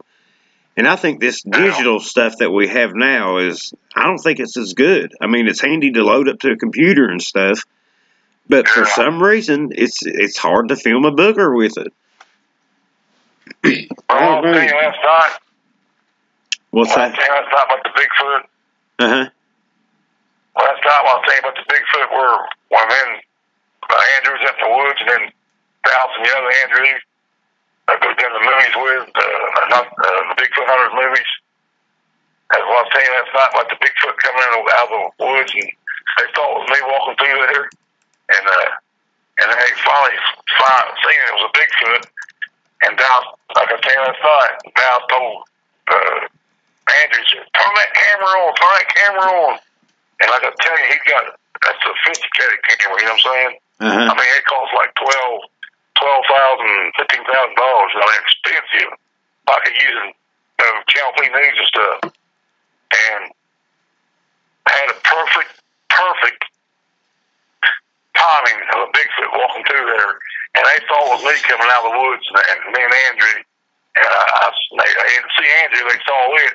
And they thought it was me. And then they finally realized it was a Bigfoot. Yeah. It was about 8 or 9 foot tall, something like that. And it was walking towards them. And it's probably about 100 feet from them or something like that. And they seen it. And it was too late. By the time they got the cameras on, it was gone. And they had a perfect filming of Bigfoot if they just got the camera on the time and paid attention to what the hell he was doing. Well, that's boogering though. I mean, I don't know how many times that something's happened here that I wished I would have had something going, the recorder or my video camera or something. It's just something that you got to learn from, man. Like, before I even stop my truck or my ATV, whenever I'm going into an area, I've got a recorder going or I've got my camera going. Sitting around here, I've always got something going, or most of the time got something going. But it seems like as soon as you ain't ready, that's whenever they do something. Well, Every time. I want to run something by you real fast.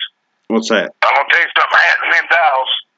Just me and him together is right around, I see what month. I got it wrote down. I ain't going to say what month. I can't remember exactly, but I got it wrote down. But I can't look it up right now. It'll take too long. But anyway, we was out in Lake National Forest, the boneyard. It's been a few years ago. And it was pretty warm that night. I think it was like fall of the year, but I'm not sure. It wasn't cold, you know, as far as cold goes. And anyway, I was done my yelling and everything, that sort of thing like I always do. Well, anyway, Dallas and we saw two white Bigfoots across the creek. And they was walking towards the Pine Grove. The place is called, we camped out sometimes called the Pine Grove.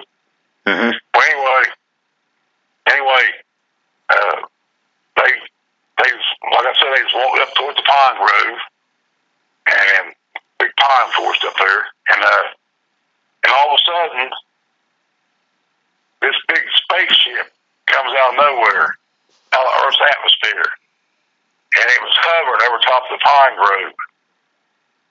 I said, "Whoa!" Like that. I said, "Look, Dallas." He said, "I see it."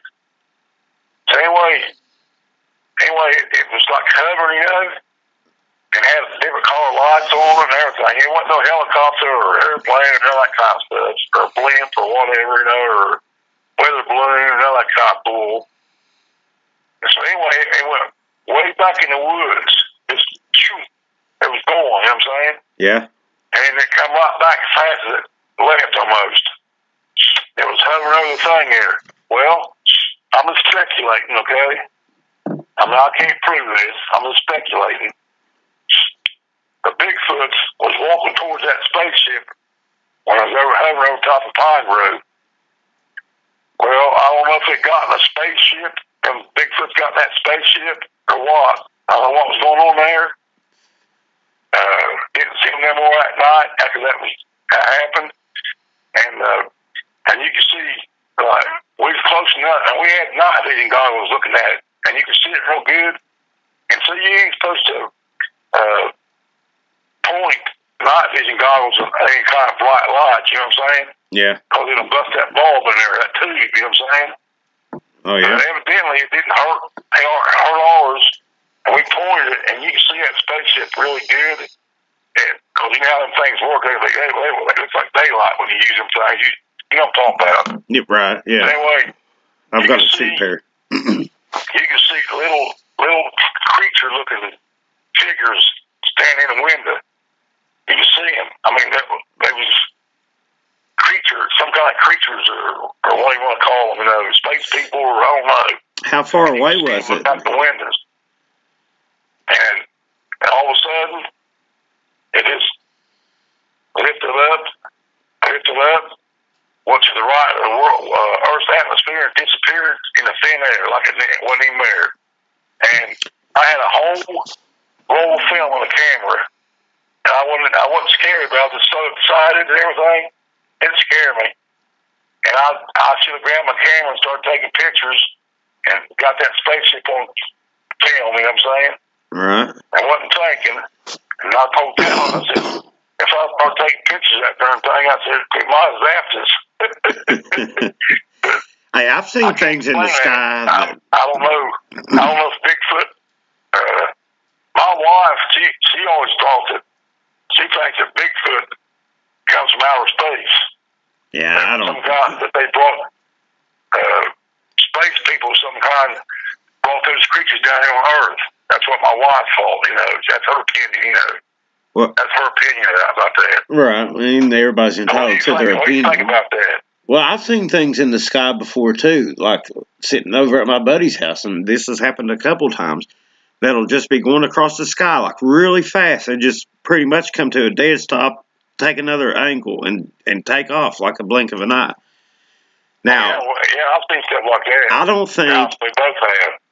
I don't think there's life on other planets, and I don't think there's aliens. I think either A, it's some kind of government technology that we don't know nothing about, and I guarantee they have technology that we might see in 50 years, but they've already got it today. It's kind of like the internet. They didn't even want us to have the internet, but now we've got it. I mean, we're growing leaps and bounds in technology, but what they have is probably mind-blowing. And we don't know nothing about it. Plus, my Bible says nothing about life on another planet. I think that this planet was specially made by the good Lord, and you know, if there was other life out there, then I think, you know, that might have been mentioned in there somewhere, but it's not. So, yeah, I think there might be different dimensions. You know what I'm saying? There might be different dimensions. Maybe the dimensions where the angels stay. Huh? I've been in dimensions before. Once. Just one time. Oh, yeah? Bigfoot comes in and out of dimensions, too. I don't know nothing about all that. I mean... yeah. I don't see why it would have that type of power, and no other animal is known to man can do anything like that. You know what I'm saying?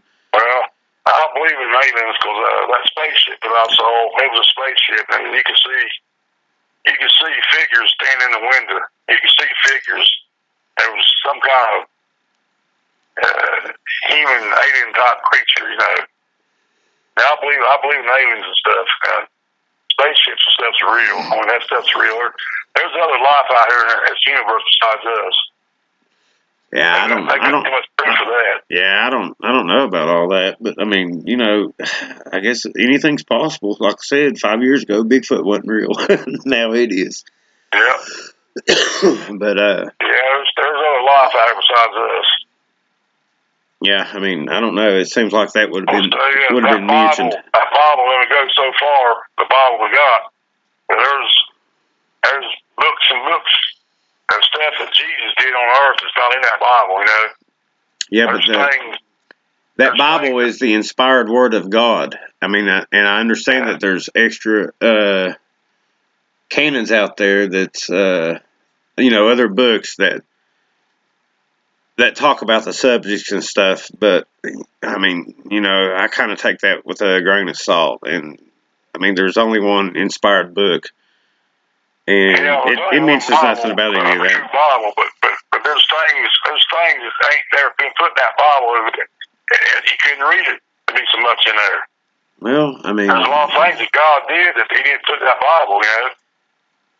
Well, I'm sure there is, but it seems like that would have been, you know, a pretty important part that they might have mentioned. Yeah, well,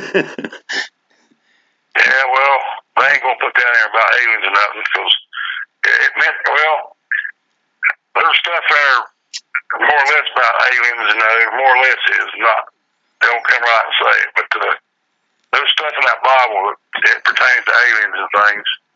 It's like a long time ago that they, people, I'm talking about 400 or 500 years ago or whatever, or longer, 2,000 years ago, they seen spaceships and stuff. And people did. They draw pictures of it. Well, my honest opinion on that is, well, they say that Satan is, you know, Lucifer, Old Scratch, is the prince of the air, okay? And I think that maybe they're bringing back some old technology. I think there used to be a lot of technology in this world. I mean, you look at the old megaliths, like the pyramids, and how they build that stuff, all right? You know, it wasn't cavemen building this stuff. And they got, you know, like the Tower of Babel. I mean, what were they trying to do like that? They was trying to go and, you know, become gods themselves. They wanted to kill God and take over. And he wiped them all off, scattered man, confused their languages. And it says in my King James version of the Bible that it's going to come a time again like the days of Noah. Things of heaven. Yeah, it's going to come again like the days of Noah. And man, I think it's getting ready to bust loose. And someone in chat said that the Bible's been changed several times. And yes, there's a lot of different versions to the Bible. But the closest that we have, the one that was interpreted from Hebrew and Greek. See, the Old Testament was mainly Hebrew, but they didn't use vowels. They had consonants. And it was translated into Greek because Greek was a better language. It had vowels, consonants. They had this word means this. Well, under King James, he had a bunch of scribes that came in and they wrote the King James Bible, and he wanted it word for word translated. All right, and if they got it wrong, it was bad news for them. I think it's God's inspired word, the King James version. And it's a different type of English than what we speak today, but it's like anything else. If you wanna know the meaning of something, you're gonna have to research it. You're gonna have to look into it. You're gonna have to study up on it. I mean, it's called learning. So, I mean, that's that. That's how I feel about it. And I think that maybe the aliens might be demons, to be honest with you. I agree with you, more or less, but that could be true too. Right. But, I mean, the fact is that none of us know for sure. I mean, I would love to have all the answers. I would love to know for sure. But the only truth, my only source of light, my compass is that King James Version Bible. And there's a lot of stuff in there. I mean, it talks about a lot of stuff. I mean, you're talking about giants to different things that they did see in the sky. And, you know what I'm saying? So, I think if there was other planets with other life forms on it, that would have probably, been thrown in Genesis or something. But, everything's done in the Bible. It should be in there. There's a lot of things done in that Bible. You couldn't read all the Bible if they put everything in that Bible. It'd be so thick you couldn't even pick it up. Right. Well, I think it's the inspired word of God. He inspired these men to write down His word, to put His laws in there, to give us a light and a source to guide us through our lives. And I think this life boils down to good versus evil, and that's that. Yeah. So. But anyway, we've totally got off the subject of Bigfoot here. I believe in God, and I believe in the Bible and everything like that. But they found stuff in caves too about spaceships and stuff. Where they draw them on the walls and caves and stuff. Yeah, and that's what I'm saying. In Egypt, the pyramids, they've got like helicopters, airplanes. What happened to all that technology? I think that's why God scattered the nations and confused our languages, like the Tower of Babel, because they try to build a thing at the tower to heaven. Heaven's ain't no way you're gonna get that far. That's a long way. Yeah, but was they actually trying to get into heaven, or was the technology growing in leaps and bounds to where they were trying to become gods themselves? And like I said earlier, it says that, there's going to be a day again like the days of Noah. Now, does that mean that there's going to be Nephilim and creatures upon this earth and the technology? Yeah. Yeah, and then that's when, our Christ comes back and, the battle of all battles will happen. Days of Noah, it's like that now.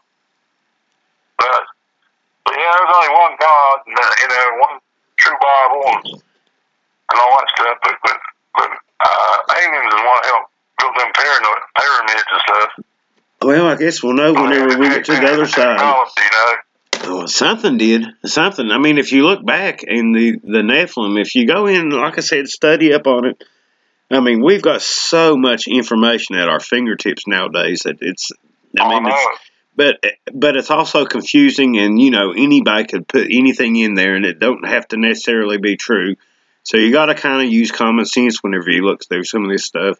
And you got to look and, I mean, pray about it. And ask for the Lord to lift the veil a little bit so you can get a peek and learn the truth. And, I mean, I don't know. Something's happened on this earth before. I think they had a lot of technology and a lot of, I don't understand how they build these megaliths. I mean, and they're all over the world. And all their symbols are the same. You got pyramids all over the world. How do they do that? And what happened? That's what I'd like to know. I don't think aliens help build the pyramids and stuff. I don't think aliens. I think demons. I think the fallen angels helped out on that. Powerful beings, Yeah, I think the fallen angels might have had a hand in that. I don't know. Hey, are you recording this? Yeah. Well, I was wondering if I can get a copy of it later on. Oh, no problem, dude. Just, I don't know how, you don't have a computer, right? No. I don't know. I mean, it'll be on YouTube, on my YouTube channel. Yeah, you can download it. Anything I put up, man, is, I put it out there for people to see, and if somebody can take something away from it and share it, then go for it. I ain't got no way of getting that, doing that.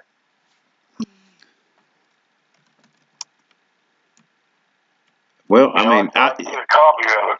I don't know if I could even burn this on a CD or anything. I mean, I'll try. I'll look into it. I appreciate it. Yeah, because I ain't got no way of getting that. I ain't got a computer. I ain't computer savvy. I don't like computers, and I don't mess with them. Right. Yeah, they're complicated. I just wonder if you can burn a copy of it. I don't know. I'll look into it and see if I can maybe make you a disc or something. What do you got, like a DVD or something like that? Yeah. But yeah, it'll be on YouTube. I mean, if you got somebody up there that's got a computer that can, I'll just be honest with you. I'm not technical advanced or anything like that. There's no way I could. There's no way I could build a pyramid. Ain't no way you can record what we did and put on a cassette. I'll look into it. I don't even know if this computer has a CD burner on it. But I mean, can you take that and get a cassette player? I'll see what I can do. And cassette players and just take it off of what we said off the computer and put it on a cassette. Yeah, I'll see what I can do. I can play it in a cassette player. On a cassette? Okay. You know, one of the little cassettes? Yeah, a cassette or a CD or something? Yeah, cassette. The little cassettes I'm talking about. Yeah. Cassette player. I would have to find something I could record a cassette on. I mean, that was back in a couple decades ago, I guess. Oh, you still can get cassette players. Can you? I'll look. I'll check it out. I'll try. I'll definitely try to get you a copy. I've got 2 cassette players, but they work, but they don't record. I gotta get me a new one at Walmart. They cost like $25 for a brand new one, and they still sell cassette players and the tapes. But I gotta get me one because I gotta do some recording. I gotta record some Bigfoot stuff, off my old stuff. Right. Yeah, well, like I said, maybe one day I can come up there and we can check out some of your stuff and get it all copied over or whatever. And well, you want my address? Yeah, well, I'll get it after this, but I'll call you back here in a few minutes. How about that? Okay. All right. Well, brother, I appreciate you. I appreciate you coming on here, man. And like I said, we'll have to do it again. Maybe next time get your notes out and you can tell some more of your encounters, because I know you've had a lot. Yeah, I mean, you've already told me a lot. I enjoyed doing this. Yeah, I enjoyed having you on. And like I said, I'll call you back here in a little bit. Okay. All right, Wayne. Hey, I appreciate it, brother. Hey, bud. And everybody said thanks. Okay. All right, y'all. Wayne Burton. Yeah, we got a little out there, but that's how it goes. And I appreciate everybody stopping by and checking it out. And like I said at the beginning of this, give it a thumbs up or a thumbs down. If you're in here watching now, do me a favor, come back after this video is uploaded and leave a comment. It really helps the channel. Other than that, man, I think, Wayne's a good guy, and, we don't always have to agree on everything, but it's, like we was talking about earlier, it's good to have an open mind. 5 years ago, Bigfoot did not exist to me. Now I know it does. And basically, the people that govern us, what we call our leaders, have lied to us about a lot. So question everything. Do your own research. The only truth is in that King James Bible. The only truth that you can believe in 100%. I mean, there's other truths out there. But, yeah, please come back. Give it a thumbs up, thumbs down. Leave a comment. Keep them clean. Keep them nice. Y'all have a good night. And God bless.